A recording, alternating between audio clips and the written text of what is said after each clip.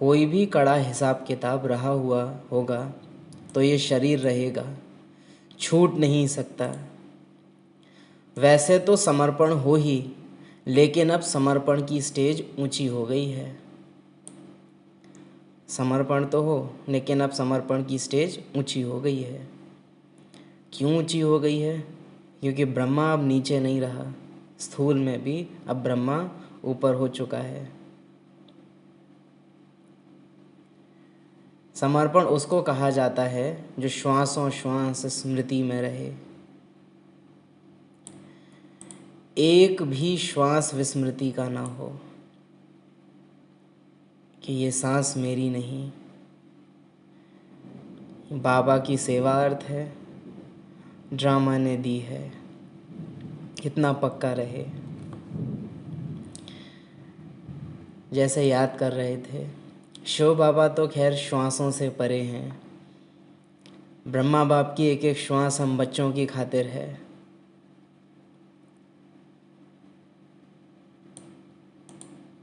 अब प्रश्न उठता है, हमारी श्वास किसकी खातिर है, किसके लिए है?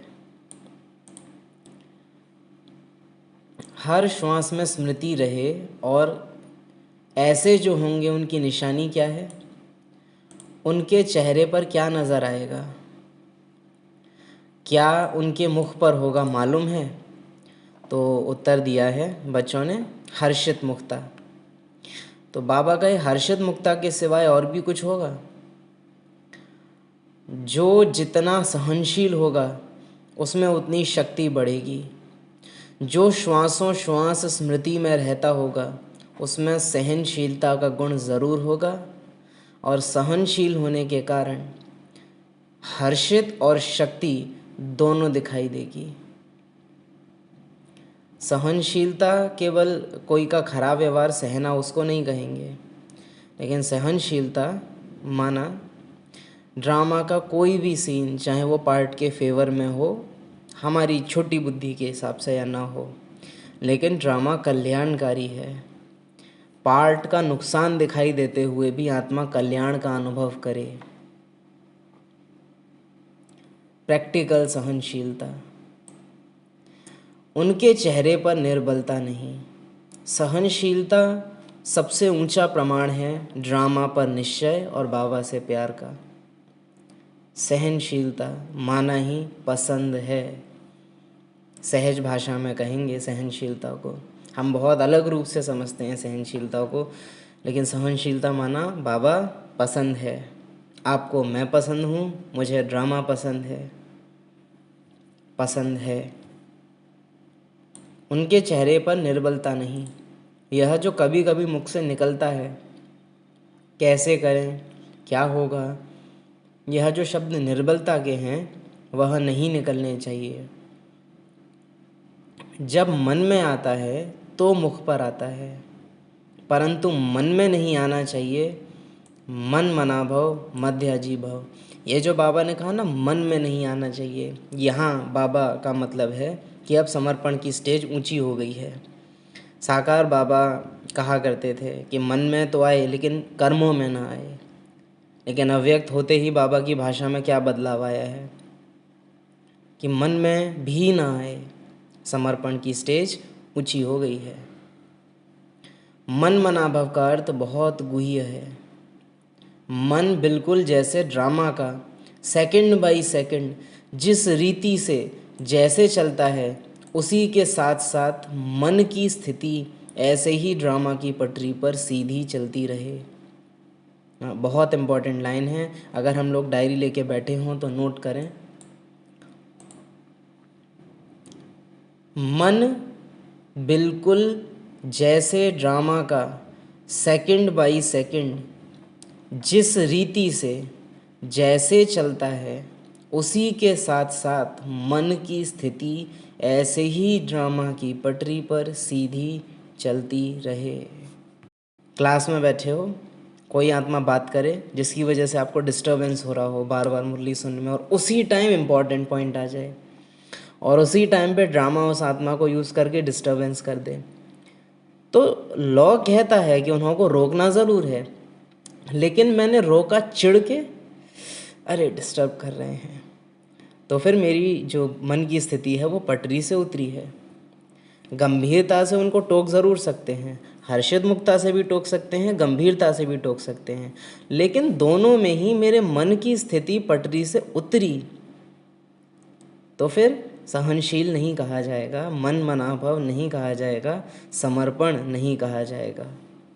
आप अगर अव्यक्त बाप दादा को देखते हो तो अव्यक्त बाप दादा जब मुरली सुना रहे हों या क्लास करा रहे हों, ऐसा कहना तो थोड़ा लगता है जी, पर अव्यक्त बाप दादा जब सामने होते हैं और बच्चों से बात कर रहे होते हैं तो पूरे डायमंड हॉल में केवल एक ही आवाज़ आ रही होती है, खांसी की। आप सुनते होंगे, लेकिन अव्यक्त बाप दादा को उनके ऊपर उसका कोई असर नहीं होता। फ़ोन बज रहे होते हैं, जो प्रैक्टिकल डायमंड हॉल में हैं वो जानते हैं कि कई फ़ोन बज रहे होते हैं अलग अलग से, ट्रैफिक कंट्रोल भरे हुए हैं फ़ोन में तो वो बजने लगते हैं, कितने लोग इधर से उधर जा रहे होते हैं, लेकिन अव्यक्त बाप दादा उन सब चीज़ों से न्यारे होते हैं। साकार बाबा के समय में भी बच्चे, ऐसा नहीं है कि कोई बहुत अनुशासन में सामने बैठते होंगे, नींद भी आ रही है कईयों को, कईयों की दृष्टि इधर उधर भटक रही है, जिनका वर्णन बाबा साकार मुरली में कर भी देते हैं, लेकिन उन सब से उनकी स्टेज न्यारी है। अब चेकिंग हमको चाहिए, क्योंकि क्लास में ऐसी आत्माओं का पार्ट भी वंडरफुल हमारी स्टेज की चेकिंग के लिए होता है कि उन्होंने मुरली सुनते हुए बात करना, या मुरली सुनते हुए कोई आ गया सामने से होके निकल गया, या आगे की तरफ स्टेज पे आके कोई ऊपर नीचे कुछ रख रहा है, ऐसे में हमारी स्थिति क्या होती है।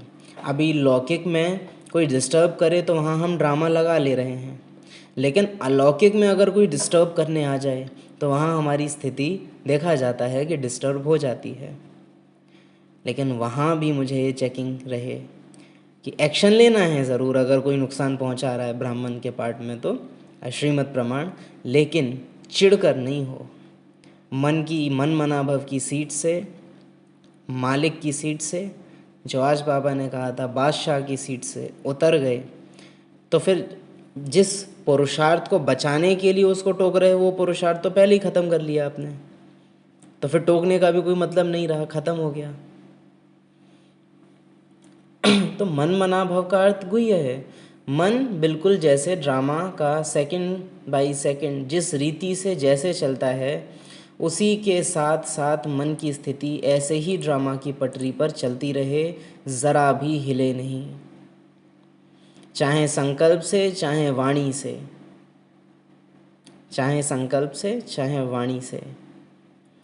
और मुख्य बात है कि जब भावनाएं मिल जाती हैं ना कि ड्रामा में तो जो होना है वो होगा, ड्रामा को कंट्रोल करने की कोशिश आत्मा नहीं करती है, आत्मा ड्रामा में पार्ट ही बजाती है। ड्रामा को जो विरोध करने की कोशिश करता है वो है पार्ट, और पार्ट में भी देहभान आत्मा का। जब आत्मा देहभान में फंसी हुई है तो देहभान उसके अंदर उत्पन्न करता है इच्छाएं, और इच्छाएं पूरी नहीं होती। आज सुबह की साकार मुरली भी याद आ रही है, क्या बनना है तुमको? इच्छा मात्रम अविद्या।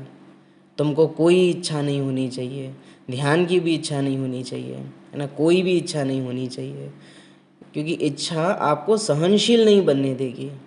इच्छा की माना ड्रामा का डिसरिगार्ड किया, क्योंकि इच्छा वहाँ कर सकते हो जहाँ आपके हाथ में कुछ हो।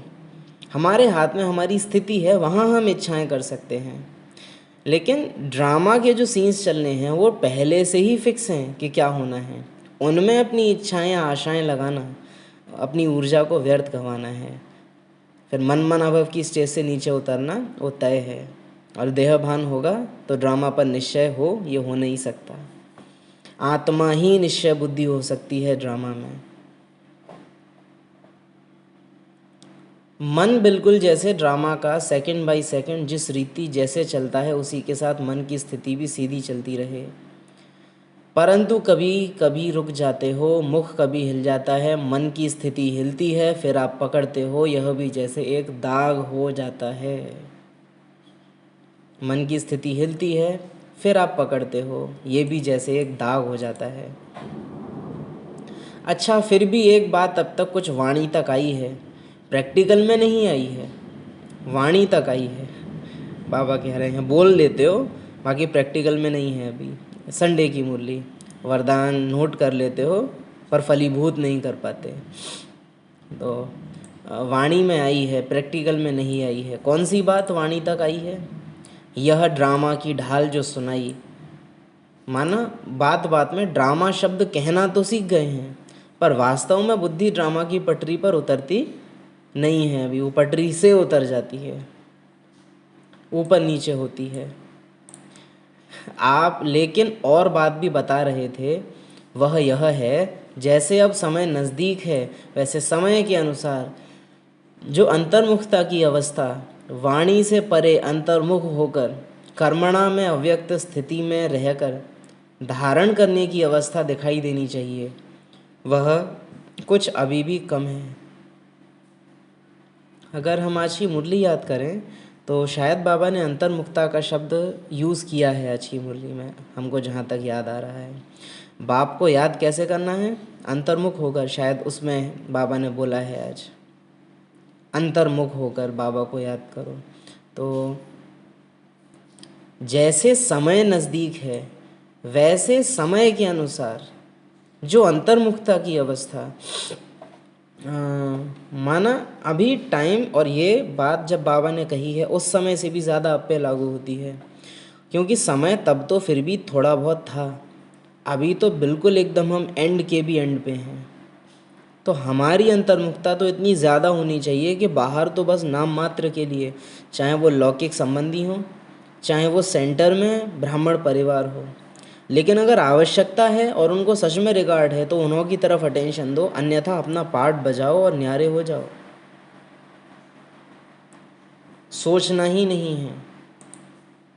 जो अंतर्मुखता की अवस्था, वाणी से परे अंतर्मुख होकर कर्मणा में, इवन हम यहाँ तक भी कहेंगे कि एक तो है कि बाहर लौकिक या अलौकिक में अपने को न्यारा बनाना, लेकिन उससे भी ज़्यादा फिर सूक्ष्म हो जाता है अपनी चाल चलन, अपना जो व्यवहार है ना, अभी समय प्रमाण उसके लिए भी हमको सोचना है विशेष रूप से कि लौकिक में देखते हुए मेरे में ये आदत नहीं होनी चाहिए, मेरे को वाणी पे कंट्रोल होना चाहिए, अरे अभी तो हमें क्रोध नहीं गया है।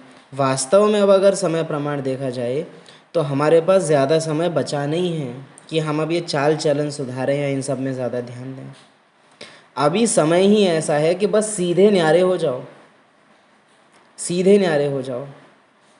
ज़्यादा समय बचा ही नहीं है इन चीज़ों में जाने के लिए कि अरे नहीं मुझे तो अभी सेवा करनी है, नहीं अभी तो हमें बहुतों को परिचय देना है, अभी तो मेरा मोह बचा हुआ है, अभी तो मेरा। सीधे न्यारे हो जाओ। अब घर ज़रूर जाना है।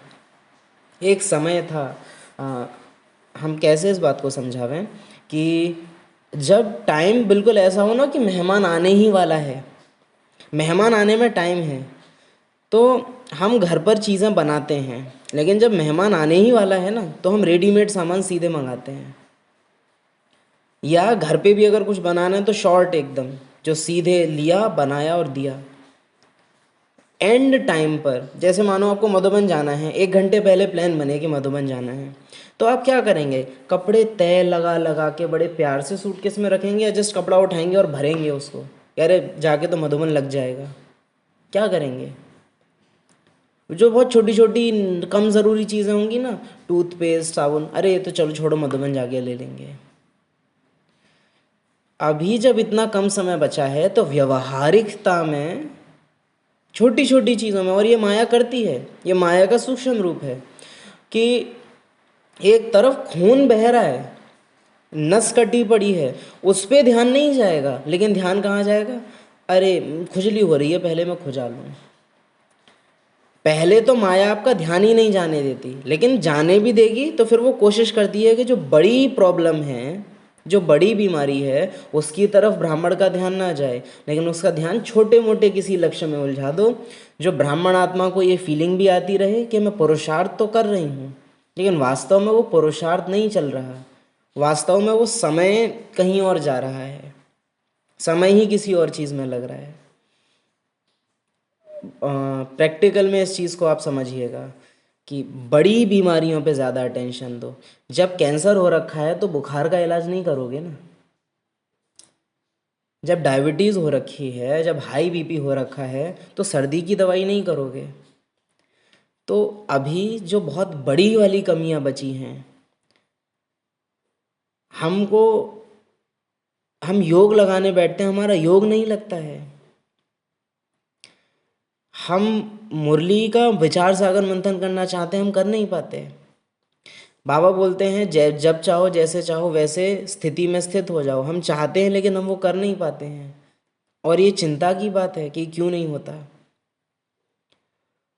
तो प्रैक्टिकली इन चीज़ों के बारे में सोचकर इन पर पुरुषार्थ होवे, ना कि इन पर कि अरे हमको तो अभी जो है वाणी में उतनी रॉयल्टी नहीं आई है जैसी बाबा कहते हैं, या अभी जो मुरली के पॉइंट भी नोट कर रहे हैं तो बहुत अरे ये वाला पॉइंट, अरे वो वाला पॉइंट, अरे मुख्य पॉइंट पकड़ो, जो मेन पॉइंट हैं उनको पकड़ो, जो आज मुझे पुरुषार्थ के करने हैं। जास्ती विस्तार में अभी जाने से हम थोड़ा बचें और एक पॉइंट को पकड़ें और उस पर विचार सागर मंथन करें और स्थिति बनाएं। अभी जो ड्रामा है वो हमको एक ही तरफ इशारा कर रहा है, कुछ भी करो, कैसी भी युक्ति रचो, लेकिन बस अब परिवर्तन करो। और छोटे छोटे नहीं, बड़े वाले, बड़े परिवर्तन छोटे परिवर्तनों को अपने आप लाएंगे। छोटे छोटे अभ्यास बड़े परिवर्तनों को अपने आप लाएंगे, लेकिन वो छोटे छोटे अभ्यास भी बड़ी चीज़ के लिए हों। घर जाना है, बाप समान बनना है, ये मुख्य अटेंशन हमारा हो, ना कि छोटी मोटी बातें। सकाश दे कि किसी आत्मा के व्यवहार को मैं बदल दूँ, सेंटर पर फलानी आत्मा का नेचर बदल जाए। अरे छोड़ो, खेल पूरा हुआ, अब घर जाना है। अब ये फीलिंग फिर से वही कहेंगे कि 1 घंटे बाद मधुबन निकलना हो तो हम तय लगा के कपड़े नहीं रखेंगे बैग में, हम कपड़े भरेंगे क्योंकि जानते हैं कि निकलना है, ट्रेन निकल जाएगी, ट्रेन में बैठ के लगा लेंगे कपड़े। तो विशेष अभी इस चीज़ की तरफ ध्यान देंगे। अंतर्मुक्त समय के अनुसार पुरुषार्थ कर रहे हो, समय के अनुसार पुरुषार्थ, तीव्र पुरुषार्थ। हमको माया ने एकदम उलझाया हुआ है इस चीज़ में कि हाँ पुरुषार्थ तो चल रहा है, अमृत वेला करते हैं, हाँ करते हैं, योग लगा रहे हैं, हाँ, मुरली पढ़ रहे हैं, हाँ वो भी चल रहा है, डायरी, हाँ वो भी लिख रहे हैं, क्लास में होमवर्क मिलते हैं वो लिख के ले जाते हैं, हाँ वो भी लिख जाते हैं। अभ्यास खुद से कितने कर रहे हो? इन चीज़ों के लिए तो सेंटर ने, ब्राह्मण समाज ने तुमको बांधा हुआ है, तो तुम उनको निभा रहे हो, लेकिन तुम्हारा खुद से कितना करना है? खुद से कितनी बार तुमको याद आ रहा है कि मैं उस दुनिया से आई हूँ जहाँ कोई कमरे नहीं हैं, जहाँ कोई रंग नहीं है, जहाँ कोई रूप आकार नहीं है? ये खुद काम करते करते अपने आप से कितनी बार याद आ रहा है? कितनी बार मुझे खुद से याद आ रहा है कि ये आत्माएं पार्ट बजा रही हैं, इनका भी खेल पूरा हुआ, मेरा भी खेल पूरा हुआ, चलो। अपने आप से कितना हो रहा है, नियम प्रमाण नहीं, लेकिन खुद ब खुद कितना हो रहा है? अंतर्मुखता की अवस्था वाणी से परे अंतर्मुख होकर कर्मणा में अव्यक्त स्थिति में रहकर धारण करने की अवस्था दिखाई देनी चाहिए। अंतर्मुख होकर कर्मणा में अव्यक्त स्थिति में रहकर, कर्म करते हुए अव्यक्त स्थिति में रहकर, जो बार बार कह रहे हैं कि कर्म करते हुए छोटी छोटी ड्रिल्स, कर्म करते हुए रोक नहीं रहे हैं, हाथ पैर नहीं रुक रहे हैं, लेकिन वो मनन करते करते उस स्थिति में मगन हो जाना। कर्मणा में अव्यक्त स्थिति में रहकर धारणा करने की वह अवस्था दिखाई देनी चाहिए। वह बिल्कुल अभी, वह कुछ अभी कम है। लौकिक में उदाहरण देंगे इस चीज़ के लिए कि लौकिक मदर अगर अपनी लड़की की नई नई शादी हुई है ना, मैके में है, तो उसके बारे में सोचती रहती है, इतना ज़्यादा बेटी क्या कर रही होगी। अब वो धुल रही है अपने बर्तन, लेकिन याद आएगा कि ससुराल में बेटी क्या कर रही होगी, और इतना ज़्यादा वो संकल्प चला जाता है कि पूरे के पूरे बर्तन धुल के तैयार हो जाते हैं और पता भी नहीं चलता कि धुल गए। वो इतना सोचने में मगन है। और प्रैक्टिकल में फ़ोन आ गया तो बात ही मत पूछो, फिर तो घंटों तक काम भी होते रहेंगे सारे, सारे काम होंगे, खाना पीना सोना उठना बैठना झाड़ू पोछा सब हो जाएगा, लेकिन कॉल अगर चल रही है तो इतने मगन है वहाँ कि काम भी नहीं रुक रहा, लेकिन बातें चल रही हैं, और मुख्य जो ध्यान है ना वो काम के ऊपर नहीं है, वो बातों के ऊपर है। उदाहरण हम सबके सामने पहले से ही है, अब बस करना है प्रैक्टिकल में कि काम सारे यहाँ के हों लेकिन स्थिति अव्यक्त हो। अव्यक्त स्थिति में रहकर धारणा करने की अवस्था दिखाई देनी चाहिए। कुछ भी नहीं तो इस टाइम मधुबन में होते तो क्या कर रहे होते, इस टाइम सूक्ष्म वतन में बाबा क्या कर रहे होंगे, बाबा इस समय अगर मुझे देख रहा होगा तो मेरे मन में क्या दिखाई देगा उसको, मेरा योग का खाता कैसा लगता होगा बाबा को वतन में। बाबा 2 महीने बाद, बाबा ने मुझे 2 महीने दिए हैं बाबा मिलन में, 2 फरवरी को बाबा आएगा फिर से, मुझसे पूछेगा मैंने कितना तैयार किया, क्या हिसाब है मेरा। ये काम करते करते, जैसे लौकिक में होता है, लौकी बना रही है ना माँ, तो अरे छोटा वाला खाएगा नहीं, उसके लिए आलू बना लूँ, वो सोचते हैं। कर्म करते करते हम सोचें बाबा क्या कहेगा, बाबा क्या कर रहा होगा, बाबा कैसे मुझे देख रहा होगा, मधुबन में इस टाइम क्या चल रहा है, कुछ भी, पर अपनी बुद्धि को मधुबन में घर में लगाना। अंतर्मुख होकर कर्मणा में अव्यक्त स्थिति में रहकर धारणा करने की अवस्था दिखाई देनी चाहिए। वह कुछ अभी कम है, कारोबार भी चले और ये स्थिति भी रहे। नोट करें हम, कारोबार भी चले और ये स्थिति भी रहे, कर्मणा भी हो और अव्यक्त स्थिति भी हो, अंतर्मुख होकर। और ये हमको कुछ खास मेहनत नहीं करनी है, ऑलरेडी एक जगह एक साथ 2 काम करने की आदत हम लोग को है, बस अब वो बाबा के लिए यूज़ करनी है, विशेषताएं सब पहले से ही हैं। आप बच्चे अभी ये देखते हैं ट्रैफिक कंट्रोल भी आ रहा है तो फिर काम करते करते एकदम रुक गए, अरे समय ऐसा आएगा जो नहीं रुक पाओगे।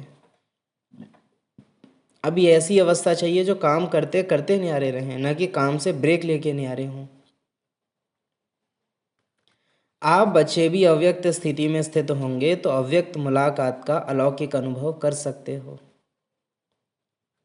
एक मुख्य बात और भी है, वर्तमान समय ध्यान पर देते हैं जो तुम्हारे में होनी चाहिए। वह कौन सी?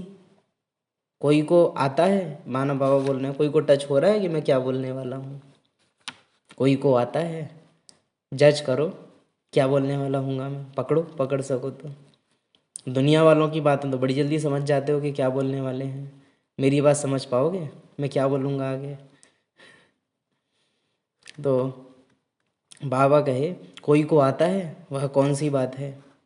जो मुख्य साकार रूप में भी कहते थे, अमृत वेले उठना। अभी हम जो फ़ोन पर भी स्क्रीन पर हैं वो हाथ उठा के बताएंगी अमृत वेला हुआ है हमारा आज।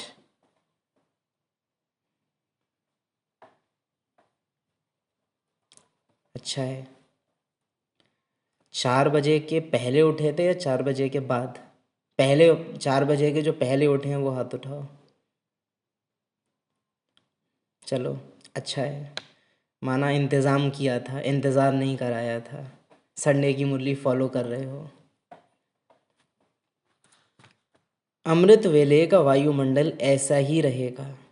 साकार में अमृत वेले बच्चों से दूर होते भी मुलाकात करते थे, लेकिन अभी जब अमृत वेले चक्कर लगाने बाबा आते हैं तो वायुमंडल देखा नहीं, उम्मीद हार गई, अरे अब तो बाबा चले गए, अब काय को अमृत वेला करें। दैट मीन्स वो प्यार से अमृत वेला करने वाले नहीं थे, नियम प्रमाण करने वाले थे, अरे अब तो बाबा चले गए। ऐसे ही देखा जाता है, अव्यक्त मास शुरू होता है 18 जनवरी में, तो 1 से 18 तारीख तक तो बड़ा अटेंशन रहता है, 19 को भी थोड़ा थोड़ा रहेगा, 20 से वो ढीला हो जाता है। अरे पूरा जनवरी अव्यक्त मास है ना। क्यों थक गए? बाबा बोल रहे हैं कि क्यों थक गए, बस इतना ही तो लाड़ था, ईमानदार थे, वफादार नहीं हो। अभी जब अमृत वेले चक्कर लगाने बाबा आते हैं तो वह वायुमंडल देखा नहीं। क्यों? थक गए। इस अमृत वेले के अलौकिक अनुभव में थकावट दूर हो जाती है, परंतु यह कमी देखने में आती है।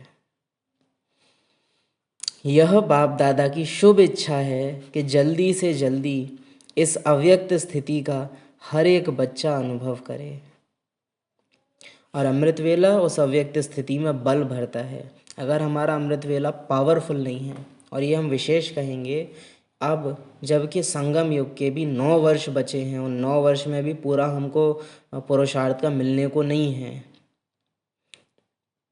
अब इतने कम समय में अगर हमारा अमृत वेला अब भी शक्तिशाली नहीं है तो कब होगा? हमको गंभीरता से सोचना होगा। शक्तिशाली अमृत वेला मीन्स एकदम ज्वाला आँखों में खुली, आलस अलबेलापन तो बहुत दूर होना चाहिए, लेकिन संकल्प तक शक्तिशाली। वो अमृत वेले, वो प्यार की फीलिंग जो मधुबन में बाबा मिलन वाले दिन होती है कि आज बाबा आएंगे, वो जो फीलिंग है ना। लौकिक दुनिया में आत्माओं को थोड़ी विनाशी प्राप्तियां भी हो ना, तो आप उनकी खुशी देखिए कि कितना वो खुश हो जाते हैं। जैसे कि कोई ने टॉप कर दिया हो, आज उसको ट्रॉफी मिलनी हो, तो क्या उनके अंदर रहता है। कोई का जन्मदिन आज हो तो क्या उनको खुशी रहती है। हम ब्राह्मणों को तो भगवान मिला है, और पहले पहले हम उठते ही मिलन उससे मना रहे हैं। तो अगर अमृत वेले मेरी स्टेज अच्छी नहीं है तो सीधी सीधी निशानी है, एक तो कल का दिन मेरा जैसे जाना चाहिए था वैसे नहीं गया है, और रात को सोते टाइम भी बाबा को सब कुछ समर्पण करके सुलाया नहीं गया है शरीर को। वरना आत्मा अगर रात को शरीर छोड़कर वतन जाती तो फिर अमृत वेला शक्तिशाली न हो, ये हो ना सके। और पूरे दिन आत्मा देह देह की दुनिया दैहिक संकल्पों में फंसी रही है, तो रात में वो कितना ही जोर लगा ले देह से न्यारा होने का, वो नहीं हो सकेगी। हाँ, बुद्धि से आप वो इमेजिनेशन कर लो, जो आज सुबह भी बाबा बोल रहे थे, ध्यान से कोई फ़ायदा नहीं कि मैं आत्मा शरीर से निकल गई तो बात अलग है, लेकिन बिना स्थिति के ट्रांस में जाना उल्टा आपकी बुद्धि को और कमज़ोर करता है। वो ट्रांस आप तो देख रहे हो, लेकिन वो दिव्य ट्रांस नहीं रहता। ओम शांति। हाथ जोड़ने की आवश्यकता नहीं है, आत्मा भाई हैं तो ओम शांति उतना काफ़ी है ना। अभी क्लास कीजिए। यह बाप दादा की इच्छा है कि जल्दी से जल्दी इस अव्यक्त स्थिति का हर एक बच्चा अनुभव करे। तो प्रैक्टिकली जो अमृत वेले की स्टेज का कह रहे हैं, कमज़ोर स्थिति नहीं चलेगी, नहीं चलेगी। और कैसे? आज अगर कोई लौकिक संबंधी मेरे से मिलने आने वाला है, बाल ऐसे मेरे बिगड़े हुए हों, ढंग के कपड़े ना पहने हुए हों, मिलोगे? अगर नहाए भी नहीं है ना, तो एकदम गीले बाल, गीला हाथ करके यूं यूं बाल एकदम तुरंत सेट किए जाते हैं, और एकदम बाल काट के और ऊपर से शर्ट डाल के, ऊपर से शॉल डाल के एकदम टिप टॉप होके बैठना पसंद करते हैं कि कैसा लगेगा। कितना अपनी इज्जत का है ना, देह का कितना ख्याल होता है कि प्रेजेंटेबल होनी चाहिए। सुबह सुबह आत्मा कैसी है बाबा के सामने, ऐसे ऐसे वाली। सोचिए, समाज के सामने आप वैसे जाके दिखा दो तो हम मान भी लें कि अरे आपकी स्थिति वाकई में खराब है। एक है परवश होना और एक है गंभीरता कम होना, दोनों में अंतर होता है। परवश क्या है कि वो बाबा के आगे भी बेकार कर रहा है तो वो दुनिया के आगे भी बेकार करेगा, उसमें उसका उतना दोष नहीं है क्योंकि वो तो हालत ही ऐसी है उसकी। लेकिन दुनिया के आगे तो एकदम प्रेजेंटेबल, एकदम अपने को टिप टॉप रखना, एकदम एकदम टंच रखना। भक्ति मार्ग में भी आप देखिए भगत कितने वंडरफुल हैं इस मामले में। खुद का शरीर अगर ठीक नहीं भी है ना, तो दूसरों से कहते हैं कि आप जल्दी नहा लीजिए, पूजा कर दीजिए, हमको देर हो जाएगी। या खुद अपने काम इधर उधर कर देते हैं कि अरे वो आरती का टाइम हो रहा है तो जल्दी जल्दी करो। कितना वो रिगार्ड रखते हैं कि अगर भगवान जी का श्रृंगार करना है तो पहले खुद तो नहा धो लें अच्छे से। अरे आज बृहस्पतिवार है, आज तो सर धोना है। सर सर का ही महत्व ज़्यादा होता है भक्ति में भी। बाल धुले होने चाहिए, सर साफ होना चाहिए। हम ब्राह्मण, सर ही गंदा होता है, समझते हो ना। बुद्धि व्यर्थ संकल्प भरे पड़े हैं। तो इस हिसाब से तो फिर जो भगत हैं वो हमसे श्रेष्ठ हुए इस मामले में कि अपने इष्ट के प्रति वो अपने को टिप टॉप रखते हैं। लेकिन हम अपने बाबा के प्रति अपने को कैसा रखते हैं? सुबह सुबह बाबा हमको किस स्टेज में देखता है? मानो पीछे के साल को याद करो, 365 दिन थे। 365 दिन में शायद कोई कोई सुबह तो बाबा ने देखा ही नहीं, बच्चा ही गायब, किडनैप हो रखा है मिला ही नहीं, बच्चा लापता है एकदम। बाबा ढूंढ रहा है, कहाँ है कहाँ है कहाँ है। और 5:45 6 बजे नींद खुल रही है क्लास से पहले, तब बाबा सॉरी। तब तक आधा पौना घंटे तक बाबा देख रहा है, बच्चा ही गायब है, वो ढूंढ रहा है कहाँ है कहाँ है। तो फिर कोई अमृत वेले उठे भी हैं तो फिर किस स्टेज में हैं वो आप जानते हैं। कैसा चेहरा है, कैसी वेशभूषा है, कैसे मन के संकल्प हैं। कई ब्राह्मण तो अमृत वेले उठ के बैठ जाते हैं, बस बैठे हैं, बाबा इतने में ही मैनेज कर लो, संकल्प वंकल्प हमसे नहीं होंगे कुछ। अभी लौकिक संबंधी आ जाए, इनसे क्या पूछे हैं, इनकी बेटी की शादी हुई है। हाँ तो आपकी बेटी कैसी है, सुखी है? अच्छा, बेटी के पीहर वाले कहाँ के हैं, कौन से गांव के हैं? अच्छा, लड़का क्या करता है उसका? कितना बुद्धि हम चलाते हैं उनसे बात करने के लिए, उनसे संबंध निकालने के लिए कितना रमणीकता में जाते हैं बाबा से। बाबा आप इसके सागर, आप उसके सागर, आपने मेरा जीवन धन्य कर दिया, आपने तो मुझे अपार खुशियाँ दे दी। ये वो रटी रटाई बातें चल रही हैं, कोई रमणीकता में बुद्धि हम नहीं लगा रहे हैं। तुलना कीजिए, लौकिक में कितनी बुद्धि लगा रहे हो और बाबा के लिए कितनी बुद्धि लगा रहे हो। क्यों? क्योंकि लौकिक तुमको जिंदा दिखाई देते हैं और बाबा तुमको दिखाई नहीं देता।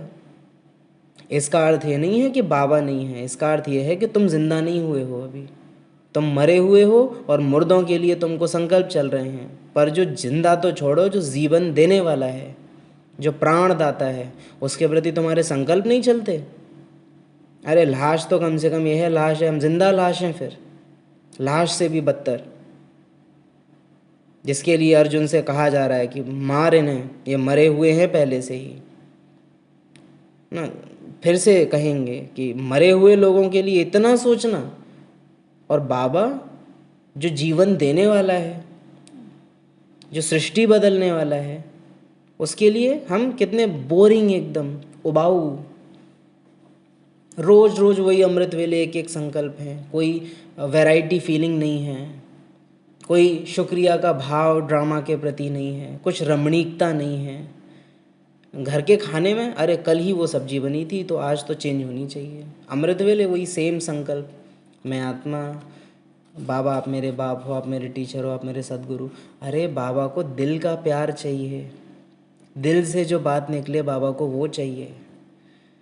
तो अमृत वेले की टॉपिक अपने आप में बहुत बड़ी है। अभी तो फिर भी थोड़ा एक्स्ट्रा टाइम ले लिया है अमृत वेले को, लेकिन विशेष ध्यान दीजिए अमृत वेले पे।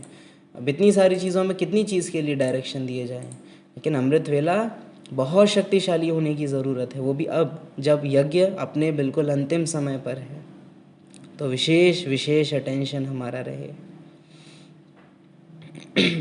यह अमृत वेला बाप दादा की शुभ इच्छा है कि जल्दी से जल्दी इस अव्यक्त स्थिति का हर एक बच्चा अनुभव करे।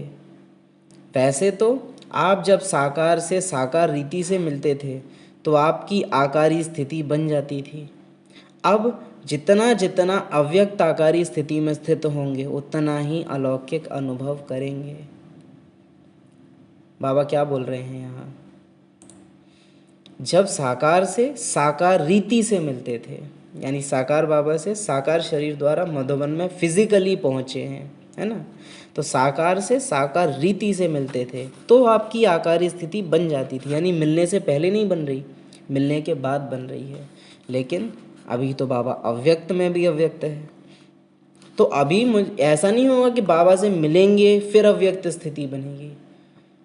अभी है कि अव्यक्त स्थिति होगी तो बाबा से मिलेंगे, कहानी पलट गई है। अब वो यहाँ नहीं आएगा, अब हमको वहाँ जाना होगा। और हमको शर्म आनी चाहिए जो बूढ़े बाप से इतनी मेहनत करा रहे हैं कि नहीं अभी भी आप ही आओ। बाबा बोलते हैं, साकार बाबा बोला करते थे, बूढ़े बाप की दाढ़ी की लाज रखो, कुछ तो सोचो।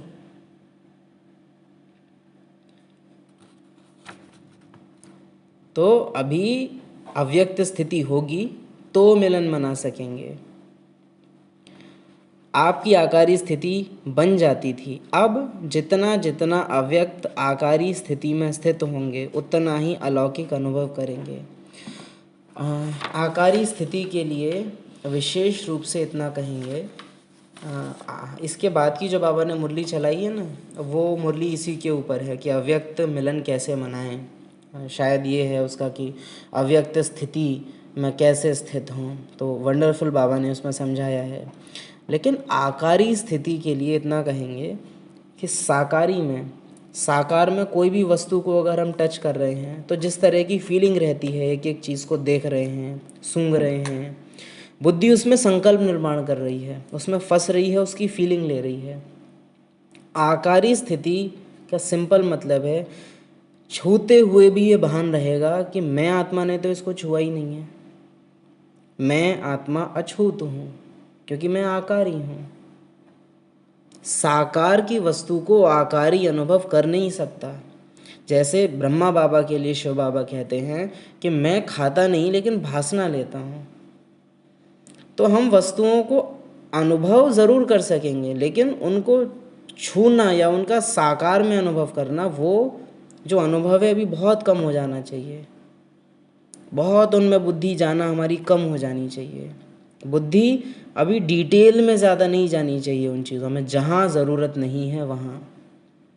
जैसे सेंटर पर अगर हमको भोजन की जिम्मेवारी मिली है तो वहाँ आपका फ़र्ज़ बनता है कि उसकी डिटेल में हम जाएं।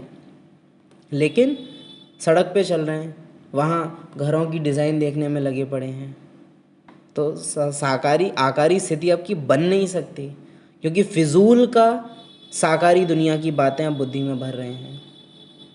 आकारी माना ही इसको उठाया, इसको पानी की बोतल है, मेरे लिए नहीं है। ये साकार शरीर के लिए है पर मेरे लिए नहीं है। क्या मेरे लिए है, क्या मेरे लिए नहीं है, इस बात की स्पष्टता आपकी आकारी स्थिति बनाने में मददगार होगी। और जो आकारी स्थिति में दिन भर में स्थित है, जिसको ही बाबा कर्मयोगी कहते हैं, जिसको ही बाबा कर्मातीत स्थिति के नज़दीक की अवस्था कहते हैं, वो स्थिति में पूरे दिन अगर आप स्थित हैं, आपको निराकारी होने में सेकंड लगेंगे, सेकंड भी नहीं लगेगा, सेकंड भी नहीं लगेगा। लेकिन अगर दिन भर में हमारी आकारी स्थिति नहीं है तो अव्यक्त स्थिति, आकारी और अव्यक्त का अंतर समझना। आकारी स्थिति में आपको वतन याद नहीं है, आकारी स्थिति में आपको इतना याद है कि मैं आत्मा हूँ ड्रामा में ही, लेकिन ये ड्रामा मैं पार्ट बजा रही हूँ, ड्रामा मेरे द्वारा पार्ट नहीं बजवा रहा।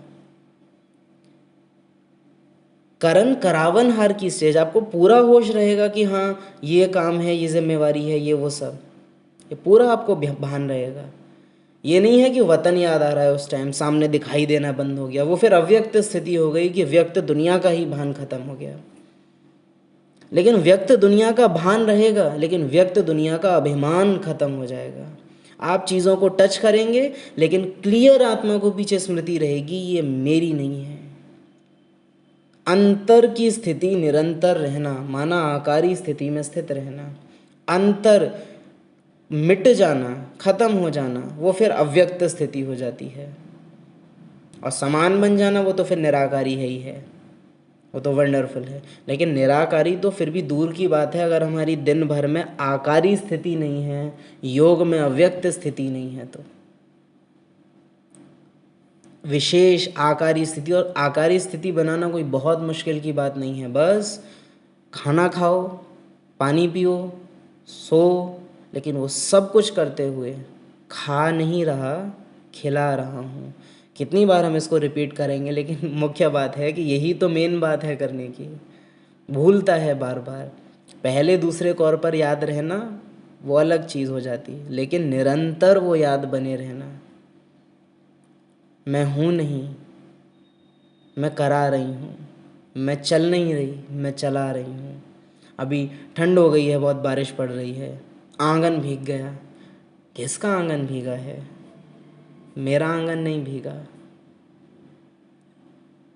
अब मेरा आंगन तो मधुबन का आंगन है, ये आंगन तो मेरा है भी नहीं। ये आंगन में तो बारिश हो तो मिट्टी आ जाती है, मधुबन के आंगन में तो बारिश हो तो और सुंदर हो जाता है। ये आप देखना, मधुबन में और यहाँ में महान अंतर है। वहाँ बारिश हो तो मधुबन और खूबसूरत हो जाता है, यहाँ बारिश हो जाए तो और गंदगी हो जाती है, कीचड़ हो जाती है। वहाँ तो और सफाई हो जाती है। तो विशेष अलग दुनिया है। तो ये क्या मेरा है क्या मेरा नहीं है, इसको जितना निरंतर करोगे आकारी स्थिति सहज बनेगी। आकारी स्थिति सहज होगी, अव्यक्त स्थिति अमृत वेले सहज हो सकेगी। अव्यक्त स्थिति में जितना स्थित होंगे निराकारी स्टेज अपने आप आएगी। लेकिन आप घोर साकार में होते हुए एकदम निराकारी बनना चाहो, माफ़ कीजिएगा, नहीं हो पाएगा। आप बुद्धि से दृश्य बना लो, मैं आत्मा बिंदी यहाँ से निकल के जाऊँ, तो अलग बात है। लेकिन नेचुरल वो अनुभव होना वो तभी होगा जब मैं क्या हूँ और क्या मैं नहीं हूँ उसका अंतर आपकी बुद्धि को दिनचर्या में निरंतर रहे। जो बाबा ने कहा कर्मणा, कर्मणा में अव्यक्त स्थिति बनी रहे, उसका विशेष अटेंशन हम दें। ओम शांति।